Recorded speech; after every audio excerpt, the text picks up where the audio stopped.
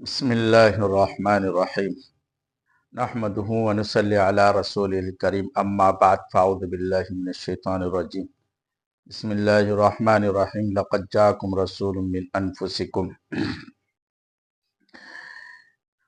الحمدللہ اللہ کا فضل ہے کہ اللہ رب العزت اللہ ہم سے یہ آپ صلی اللہ علیہ وسلم کی جو سیرت ہے، آپ صلی اللہ علیہ وسلم کی سیرت کو بیان کرنا آسان کام نہیں ہے، اور اس کو پورا احاطہ میں لانا بھی ناممکنات میں سے ہے، کیونکہ آپ صلی اللہ علیہ وسلم کی سیرت 1400 سال سے بیان ہوتی ہوئی آ رہی ہے، اور آج تک شعراء اور ادیب ہر شخص اپنی زبان اور اپنے طرز و طریقے میں آپ صلی اللہ علیہ وسلم کی سیرت بیان کر رہے۔ آپ صلی اللہ علیہ وسلم کی سیرت میں ہم نے آپ کو سب سے پہلے آپ صلی اللہ علیہ وسلم کے آباء و اجداد کے کچھ واقعات اور کچھ کارنامے بیان کیے تھے۔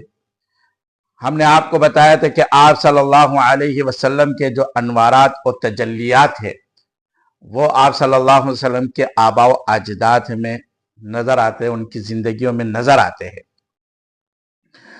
آپ صلی اللہ علیہ وسلم کے جو دادا قصی تھے، میں نے آپ کو ان کے بارے میں بیان کیا تھا کہ عرب کے جتنے بھی اس زمانے میں اقوام کے اندر جتنے نظام اور ایک سسٹم رکھا گیا وہ قصی نے رکھا تھا، اور قصی کے انتقال کے بعد، دنیا سے رخصت ہونے کے بعد، وہ ساری ذمہ داریاں قصی نے اپنے بیٹے، جو بڑے بیٹے تھے، ان کو دیے۔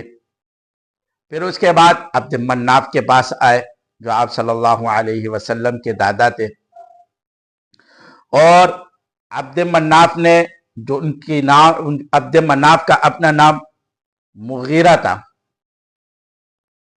اور ان کے بعد سارا نظام اور سسٹم آپ صلی اللہ علیہ وسلم کے جو دادا ہے، قرب و جوار میں ہاشم، جن سے بنو ہاشم قبیلہ نکلا، اور اسی قبیلے کو اللہ رب العزت نے پروان چڑھایا۔ ہاشم کا جو نام تھے، آپ صلی اللہ علیہ وسلم کے جو دادا ہے ہاشم، ان کا اصل نام تھا عمر۔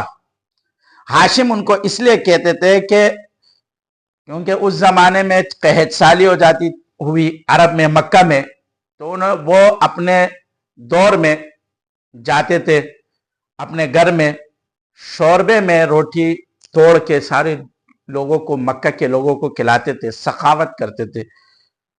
تو ہاشم کے معنی ہے چورا کرنا، ٹکڑے کرنا، تو وہ روٹیوں کو ٹکڑے ڈال کر، ٹکڑے ٹکڑے کر کے شوربے میں ڈال دیتے، دنیا کو کھلاتے تھے۔ انہی کے اولاد میں سے آپ صلی اللہ علیہ وسلم آئے، جس نے قیس و قسرہ کو ٹکڑے ٹکڑے کر دیا، جس نے کفر کو ٹکڑے ٹکڑے کر دیے، جس نے پوری دنیا میں اسلام کو پھیلایا اور سخاوت کو پوری دنیا میں پھیلایا۔ یہ آپ صلی اللہ علیہ وسلم کے انوارات تھے ان کے آباء و اجداد کے اندر، کہ ان کے اندر سخاوت بھی تھی، وہ لوگوں کا خیال رکھتے تھے، سخاوت کرتے تھے۔ کہتے ہیں کہ جو بنو ہاشم میں سے، کیونکہ بنو ہاشم مشہور ہوئے ہاشم کے نام سے، اور ہاشم جو آپ صلی اللہ علیہ وسلم کے دادا تھے، بہت خوبصورت اور حسین اور جمیل تھے۔ ان کے پیشانی سے آپ صلی اللہ علیہ وسلم کے نور جو ہے نا، ان سے نظر آتا تھا، لوگوں کو ٹپکتا تھا آپ صلی اللہ علیہ وسلم۔ یہاں تک کہ اس زمانے بنی اسرائیل کے جو علماء تھے اور نصرانیوں کے جو علماء تھے، وہ لوگ جب ان کو دیکھتے تھے، اور عرب کے لوگ تو ان کو تعظیماً سجدہ کرتے تھے، کیونکہ ان کو وہ نور نظر آتا تھا، دکھتا تھا، وہ ان کو تعظیماً سجدہ کرتے تھے، اور ان کو لوگ پیش کرتے تھے اپنے بیٹیوں کے بارے میں کہ شادی کرے ہماری اولاد سے۔ یہاں تک کہ ہرقل کا بادشاہ، جو ہرقل وقت کا جو بادشاہ تھا قیس و قسرہ کے، تو اس کو جب ان کے بارے میں پتہ چلا، کیونکہ وہ بھی علم رکھتے تھے، ہرقل اپنے دور کا بڑا عالم تھا، بادشاہ تھا لیکن علم رکھتا تھا. نصاران جو ہے نا وہ عیسائی تھا، اور عیسائیت میں اس نے کافی جو ہے نا انجیل پڑھی، اور اس کے ساتھ اس نے زبور بھی پڑھی اور بڑی بڑی کتابیں پڑھی. تو ان کو پتا تھا کہ آپ صلی اللہ علیہ وسلم جس خاندان میں آئیں گے وہ ہاشم کی اولاد میں سے آئیں گے. انہوں نے اپنی بیٹی کی پیشکش کی کہ آپ میری بیٹی سے شادی کرو ہاشم کو. اس کا مقصد یہ تھا کہ جب ان سے شادی کرے گے جو نور محمد، جو نور نبوت ہے، وہ میری اولاد میں آ جائے گی. وہ اپنی اولاد کی طرف سے کرنے کے لیے انہوں نے پیشکش کی، لیکن ہاشم نے انکار کیا کہ میں آپ کی بیٹی سے شادی نہیں کروں گا. اور جو آپ صلی اللہ علیہ وسلم کے یہ دادا ہاشم، انہوں نے عرب میں، کیونکہ اس زمانے میں شام کو قافلے جاتے تھے تجارت کے لیے، تو انہوں نے دو جو ہے نا قافلے جانے کے ایک نظام رکھا، ایک سسٹم رکھا، ایک سردیوں میں اور ایک گرمیوں میں، جس کو قرآن نے بھی کہا لِإِيلَافِ قُرَيْشٍ إِيلَافِهِمْ رِحْلَةَ الشِّتَاءِ وَالصَّيْفِ، کہ قریش کے لیے ہم نے کیا ہے راستے اموار کیے گرمی اور سردیوں میں تجارت کے. تو تجارت کے لیے جاتے تھے. تو موسم گرمی میں یہ جو قافلے جا رہے ہوتے تھے تو شام کی طرف موسم گرما میں جاتے تھے، اور یمن کی طرف موسم سردی میں، سردی کے موسم میں جاتے تھے. تو جب یہ قافلے لے کے جاتے تھے راستے میں لوٹ مار، جو بھی جاتے تھے قافلے لے کے تو لوٹ مار سارے معاملات ہوتے تھے. تو آپ صلی اللہ علیہ وسلم کے جو دادا مبارک ہاشم ہیں، انہوں نے وہاں کے جتنے بھی قبائل تھے جو راستے میں پڑتے تھے، کیونکہ صحراؤں سے گزرتے تھے، جنگلات سے گزرتے تھے، سمندروں سے گزرتے تھے، دریاؤں سے گزرتے، تو اس کے بیچ میں کافی جو ہے نا قومیں آتی تھی، کافی گاؤں آتے تھے، کافی علاقے آتے تھے، تو لوٹ مار کر دیتے تھے. قافلے وہاں سے تجارت کے سامان لا رہے، تو انہوں نے ہر علاقے، ہر قوم، ہر لوگوں کے ساتھ معاہدے کیے کہ آپ ہمارے قافلوں کو مت لوٹے، ہم آپ کی ضروریات پوری کریں گے. جو بھی ضرورت ہو کہ ہم تجارت ہو کے لائیں گے تو ہم آپ کو اس میں سے آپ کا حصہ اور آپ کو آپ کا جو ہے نا ضروریات پوری کریں گے. تو بس جب لوگوں کے ضروریات پورے ہونے لگے تو انہوں نے قریش کے قافلوں کو لوٹنا کیا کر دیا؟ بند کر دیا. باقی قافلوں کو لوٹتے تھے اور قریش کے قافلوں کو نہیں لوٹتے تھے. جب یہ قافلے لے کے جاتے تھے ہاشم، شاہ روم جاتے تھے اور حبشہ جب جاتے تھے یمن میں، تو یمن میں اس وقت نجاشی جو حبشہ کے جو بادشاہ تھے، شاہ حبشہ کے نجاشی، وہ اس کی بڑی خدمت کرتے تھے، مدارات کرتے تھے، بہت قدر کرتے تھے، عزت دیتے تھے، اور ان کو عزت کی نگاہ سے دیکھتے تھے. کہتے ہیں ایک مرتبہ ہاشم تجارت کے لیے جا رہے تھے تو مدینہ میں انہوں نے پڑاؤ ڈالا، مدینہ میں بیٹھے، بعد مدینہ کے بازار میں گئے. تو جب مدینہ کے بعد ہفتے کو حیران کن بات ہے کہ آپ صلی اللہ علیہ وسلم کا مدفون کہاں ہے؟ مدینہ. آپ صلی اللہ نے ہجرت کہاں کی؟ مدینہ میں. ادھر ایک چیز نظر آتی کہ آپ صلی اللہ علیہ وسلم کو بھی اللہ نے مدینہ میں ہجرت کروائی، اور مدینہ سے سارا پوری دنیا میں کیا ہے اسلام پھیلا. کہاں سے پھیلا؟ مدینہ سے پھیلا. تجارت کے لیے جب آپ صلی اللہ علیہ وسلم کے دادا مبارک گئے ہاشم، تو مدینہ میں انہوں نے پڑاؤ کیا، وہاں ٹھہرے رہے. وہاں کے بازار میں اس نے ایک خوبصورت حسین و جمیل عورت دیکھی، جو خوبصورت بھی تھی اور عقل مند بھی تھی، فراست بھی تھی، اور اس کے اندر کافی خوبیاں دیکھی. میں نے پوچھا یہ کون ہے یہ عورت؟ ان کے بارے میں سوال کیا تو کہا کہ یہ بنو نجار کے قبیلے سے ہیں، اس کا نام سلمہ بن عمر ہے. تو انہوں نے جب اس کے عقل مندی، ہوشیاری اور ساری چیزیں دیکھی، یہ بنو خزرج قبیلہ ہے، یہ اس کی ایک شاخ تھی بنو نجار. کہا اس پیغام بھیجا شادی کے لیے.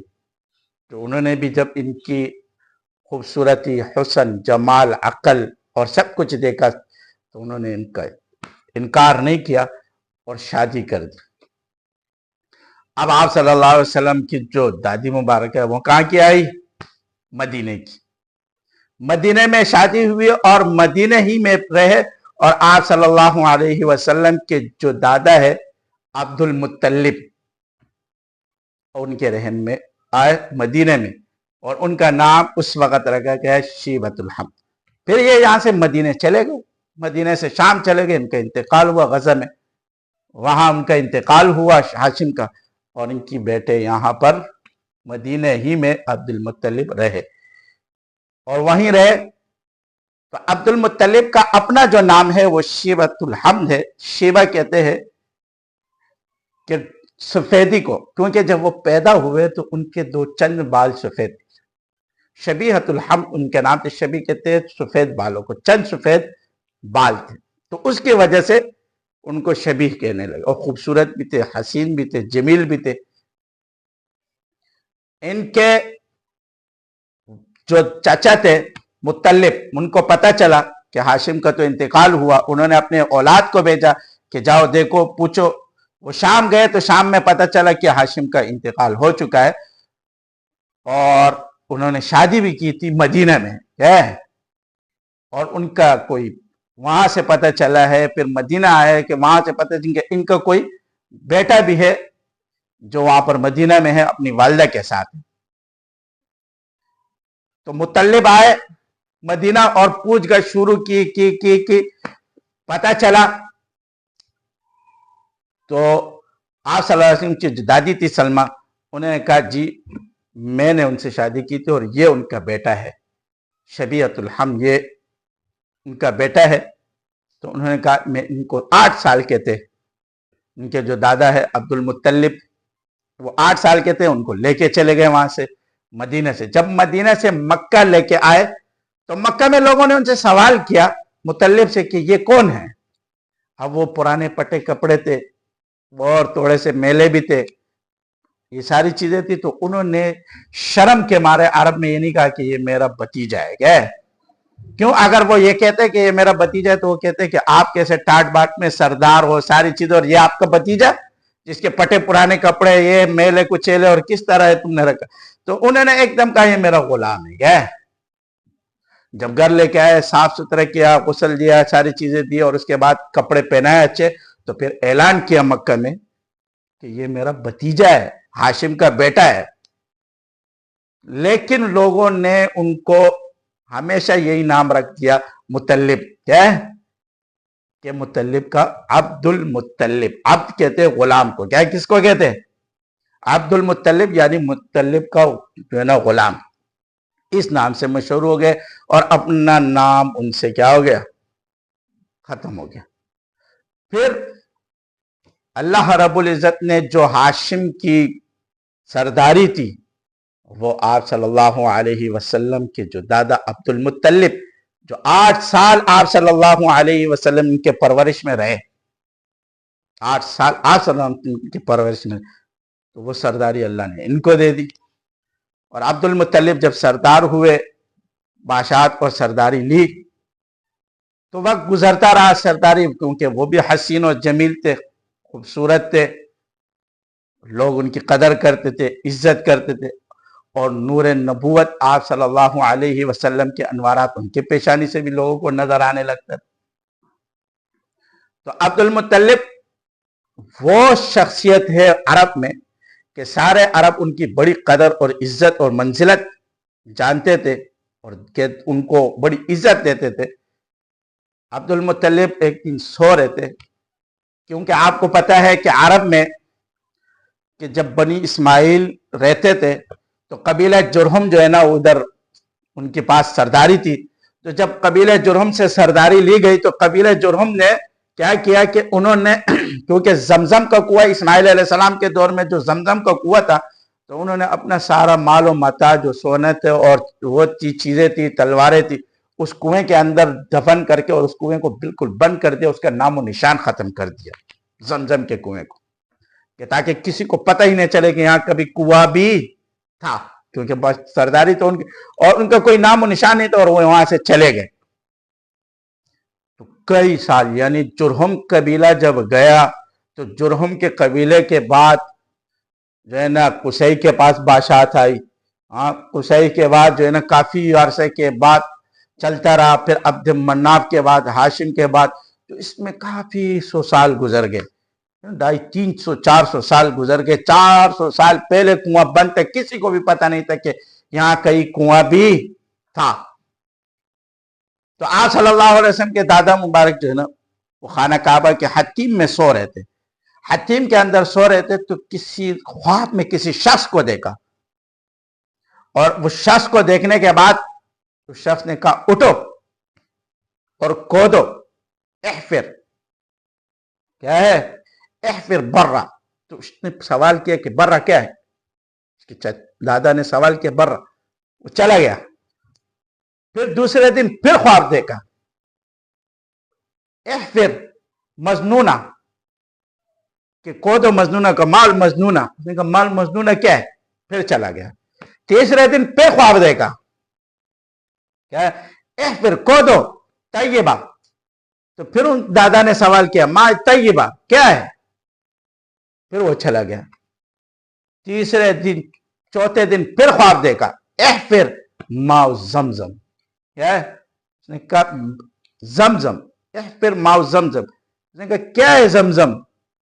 کہ زمزم کا کنواں۔ تو اس بتانے والے نے اس کو نشانات بتا دیے، کیا بتا دیے؟ کہ یہ وہ جگہ ہے۔ خواب میں اس شخص نے، یعنی وہ تو فرشتہ تھے، اللہ کی طرف سے آئے تھے، وہ فرشتہ اللہ کی طرف سے آیا تھا، وہ جگہ بتا دی جہاں زمزم کا کنواں تھا۔ کہا یہ جگہ ہے، یہ کنواں ہے، یہ وہ جگہ ہے جہاں اسماعیل علیہ السلام کا کنواں ہے، کیا ہے؟ زمزم کا پانی ہے، اس کو کودو اور زمزم کا پانی نکالو۔ اس نے کودنا شروع کر دیا۔ اس نے لوگوں کو بتایا، وہاں کے بڑے بڑے جو سردار تھے، انہوں نے کہا یہ کیا کر رہے ہو، پتہ نہیں آپ کیا کر رہے ہو۔ انہوں نے کہا نہیں، مجھے خواب میں بتایا گیا، میں کودوں گا۔ تو عبد المطلب زمزم کا کنواں کودنے لگا، ان کے ساتھ ان کے جو بڑے بیٹے تھے، اس وقت حارث ایک ہی بیٹا تھا، کود رہے تھے، باقی کسی نے ان کے ساتھ مدد نہیں کی کودنے میں، کوئی بھی نہیں ہے، کہا چھوڑو۔ کسی نے کہا یہ کیا پتہ نہیں کیا کر رہا ہے، کس چکروں میں لگا ہوا ہے، کس معاملات میں لگا، کیونکہ نئی چیز ہوتی ہے نا، آپ کو پتہ ہے جب نئی چیز سسٹم کا نظام آ رہا تھا نا، لوگ ہوتے ہیں پتہ نہیں کون سا پاگل ہے، کون سا کیا ہے، یہ کیا کر رہا ہے، یہ کس سسٹم میں لگا ہوا ہے، پتہ نہیں یہ چیز ہے یا نہیں، پتہ نہیں یہ کیا لگا ہوا ہے، کیونکہ خواب بتایا گیا تھا، وہ تو خواب پہ چل رہا تھا۔ عبد المطلب کو تو خواب دیا گیا تھا، وہ تو اپنے خوابوں پہ چل رہا تھا، پتہ ہے نہیں، وہ اکیلے لگا ہوا تھا اپنے بیٹے کے ساتھ۔ عبد المطلب بڑے ناراض بھی ہو گئے تھے، کیونکہ ایک بیٹا اور خود لگا ہوا تھا، اس کی اولاد بھی نہیں تھی۔ تو عبد المطلب نے اس وقت دعا کی اللہ سے، کہا اللہ مجھے اگر 10 بیٹے دیں گے، کتنے؟ 10، تو میں نظر کروں گا، میں اللہ سے دعا مانگتا ہوں اسی ٹائم، کیونکہ کوئی ان کے ساتھ خدمت نہیں کر رہا تھا، اکیلے لگا ہوا تھا، کود رہا تھا کنواں۔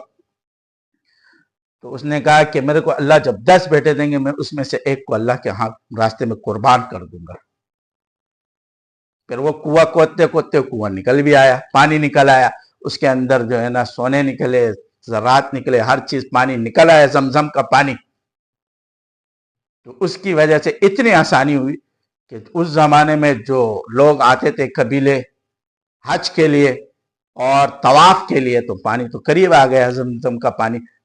تو اس زمزم کے پانی کو عبد المطلب پلاتے تھے لوگوں کو۔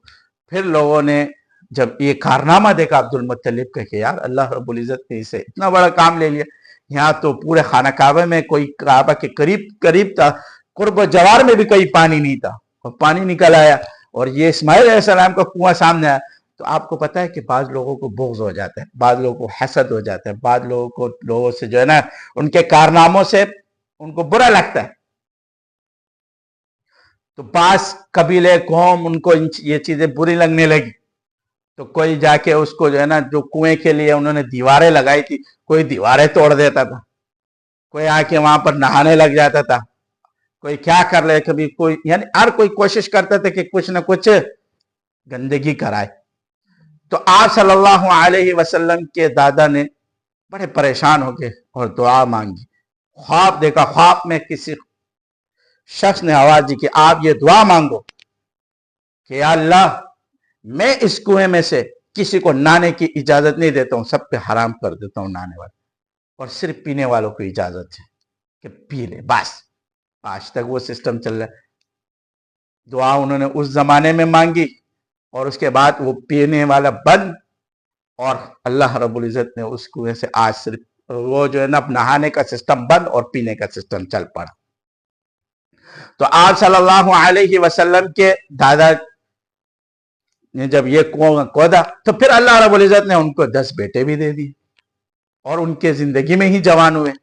جب جوان ہوئے تو خواب میں آنے والے شخص نے کہا کہ اپنی نظر کیا کرو، پوری کرو. آپ نے جو کہا تھا کہ میں ایک بچے کو کیا کروں گا، قربان کروں گا، اپنے سارے 10 بیٹوں کو اپنے سامنے کھڑے کر دیا، جس میں سے آپ صلی اللہ علیہ وسلم کے والد مبارک عبداللہ بھی تھے، حضرت عباس رضی اللہ تعالیٰ تھے، حضرت حمزہ رضی اللہ تعالیٰ تھے، ابو طالب تھے، حارث تھے، زبیر تھے، ہاں ابو لہب جس کے بارے میں قرآن نے سورت جو ہے نا نازل ہوئی وہ بھی موجود تھے. سارے جو ہے نا بیٹے موجود تھے، سب جوان تھے، کھڑے ہوئے تھے. فرمایا جو آپ نے خواب دیکھا ہے بس آپ اس اپنے خواب کو کیا کرو، پورا کر دو. جو نظر آپ نے مانگی اب آپ پورا کرو. تو انہوں نے کہا ٹھیک ہے. وہ لے کے گئے اس زمانے کے جو خانہ کعبہ میں، اس زمانے میں جو راہب تھے، پجاری تھے، جو بھی ان کے بڑے تھے، ان کے پاس لے کے گئے کہ یہ معاملہ ہے. انہیں کہا بھائی کہ آپ پورا کرو، کیا کرو، جس کا نام نکلے، جس بچے کا نام نکلے اس کو ذبح کرو. انہیں جیسے قرآن میں سب کے نام لکھے، 10 بچوں کے نام میں قرآن میں جب ڈالا تو عبداللہ کا نام آیا. کس کا نام آ گیا؟ عبداللہ کا نام ہے. پھر انہوں نے دوبارہ قرآن، کیونکہ عبداللہ سے بہت محبت کرتے تھے عبد المطلب، کیونکہ نور محمد، نور نبوت ان کے پیشانی سے نظر آتا تھا، تو وہ نہیں چاہتے تھے کہ عبداللہ کا نام آئے. دوبارہ انہوں نے جب قرآن ڈالا تو پھر بھی عبداللہ کا نام آیا، آپ کے والد مبارک. تیسری مرتبہ جب انہوں نے قرآن ڈالا تو پھر بھی عبداللہ کا نام آیا. اور انہوں نے کہا یہ کیا؟ اب جب عبداللہ، انہوں نے کہا چلو بابا نظر کیا کرو، پوری کرو. اب ان کے جو بہنیں تھی اور قبیلے کے جو بڑے لوگ تھے، انہوں نے کہا یار آپ یہ کام جو ہے نا کیا ہے، معاملات تو آپ نے کیے، لیکن اس معاملے کو آپ ایسا کرے اونٹ دے دو. کیا کر دو؟ 10 اونٹ ڈال دو. کتنے اونٹ ڈال دو؟ دیت دے دو. ہو سکتا ہے آپ دیت میں جان چھوٹ جائے. انہوں نے کہا ٹھیک ہے. انہوں نے 10 اونٹ ڈالے نام، اور عبداللہ کا نام ڈالا. تو جیسے قرآن ڈالا تو پھر عبداللہ کا نام ہے. 10 اور کر دیے، 20 کر دیے کہ چلو 20 اونٹ ڈالو، پھر عبداللہ کا نام ہے. 10 اور کر دیے، 30 کر دیے. چلتے چلتے جب 100 اونٹ پہ پہنچے تو 100 اونٹ کے بعد پھر جیسے قرآن ڈالا تو پھر اونٹوں کے نام پہ قرآن آیا اور عبداللہ کے نام سے ہٹ گیا. اور وہاں سے ان کو ذبح سے ان کو ذبح نہیں کیا، اور 10 اونٹ جو 100 اونٹ تھے ان کے دیت میں آئے، اور 100 اونٹ ذبح کر دیے گئے عبداللہ کے بدلے میں. اس لیے آپ صلی اللہ علیہ وسلم فرماتے تھے انا ابن الذبیحین، کہ میں کیا ہے، 2 ذبیحوں کہ جو ہے نا میرے 2 دادا، 2 ذبیحوں کا بیٹا ہوں. یعنی کسی نے سوال کیا، امیر معاویہ رضی اللہ تعالیٰ فرماتے ہیں کہ حضرت عباس سے ہم نے سوال کیا کہ 2 ذبیحین سے مراد کون ہے؟ فرمایا ایک عبداللہ اور ایک اسماعیل. اسماعیل علیہ السلام کو بھی ابراہیم علیہ السلام کو خواب آیا تھا نا کہ اس کو ذبح کر دو، تو ذبح کرنے کے لیے مینڈا آیا، اور عبداللہ کو بھی ذبح کرنے کا جو ہے نا آیا، تو اس کے لیے 100 اونٹ آئے. اور اسی میں شریعت میں 100 اونٹ کا نظام دیکھو. آپ صلی اللہ علیہ وسلم کے دادا سے اللہ نے بہت سی چیزیں جو ہے نا کہ بعد میں وہ شریعت میں جاری رہے. نظر کا یہ آپ صلی اللہ علیہ وسلم کے دادا مبارک عبداللہ جو ہے نا عبد المطلب نے کیا، تو وہ نظر کا انہوں نے کیا تو وہ نظر پوری ہوئی. دیت آپ صلی اللہ علیہ وسلم کے دادا نے کی. اب اور دیت 100 اونٹ، آج بھی شریعت میں دیت کیا ہے؟ 100 اونٹ ہے. کچھ چیزیں ایسی تھی جو آپ صلی اللہ علیہ وسلم کے جو دادا مبارک عبد المطلب تھے ان سے اللہ نے کروائے، اور وہ آج تک وہ شریعت میں جاری. دوسرا، وہ بچیوں کو زندہ درگور کرنے سے منع کرتے تھے کہ بچیوں کو زندہ درگور نہ کرو. شریعت نے بعد میں اس کو جاری کیا. اور زنا سے منع کرتے تھے کہ زنا نہ کرو، زنا کے اوپر جو ہے نا وہ ہے. اور محرمات سے شادی کرنے سے اس زمانے میں ہوتی تھی، کرتے تھے لوگ، تو محرمات سے شادی سے منع کرتے تھے کہ محرمات سے شادی نہ کرو، پپی سے، خالہ سے، ان سے شادی منع کرتے تھے عبد المطلب. اور بعد میں اللہ رب العزت نے اس نے شریعت جاری کر دی، یہاں تک کہ چور کے ہاتھ کاٹنے کے بھی کہتے تھے، چور چوری کرے اس کا ہاتھ کاٹو. اللہ نے قرآن میں پھر بیان کر دیا کہ چور کے کیا کر دو، چوری. تو اللہ رب العزت نے ان سے جتنے کام کرائے بعد میں وہ قرآن اور احادیث میں وہ شریعت بن گئی.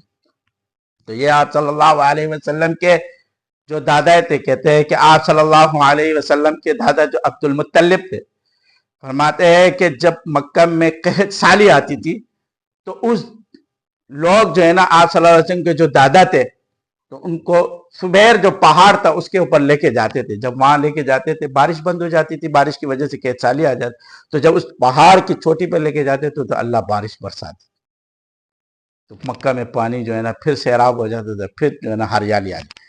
تو یہ اللہ رب العزت نے انوارات تھے جو آپ صلی اللہ علیہ وسلم کے انوارات و تجلیات آپ کے آباء و اجداد کی زندگی میں آئے، اور ان سے بھی اللہ نے بڑے بڑے کارنامے لیے، اور ان سے بھی ایسے کام لیے جو آج شریعت میں چل رہے.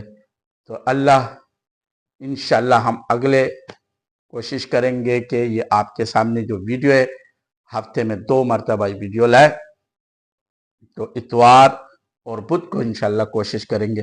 تو اگلا نیکسٹ ویڈیو ہم آپ کے سامنے اتوار کے دن پیش کریں گے.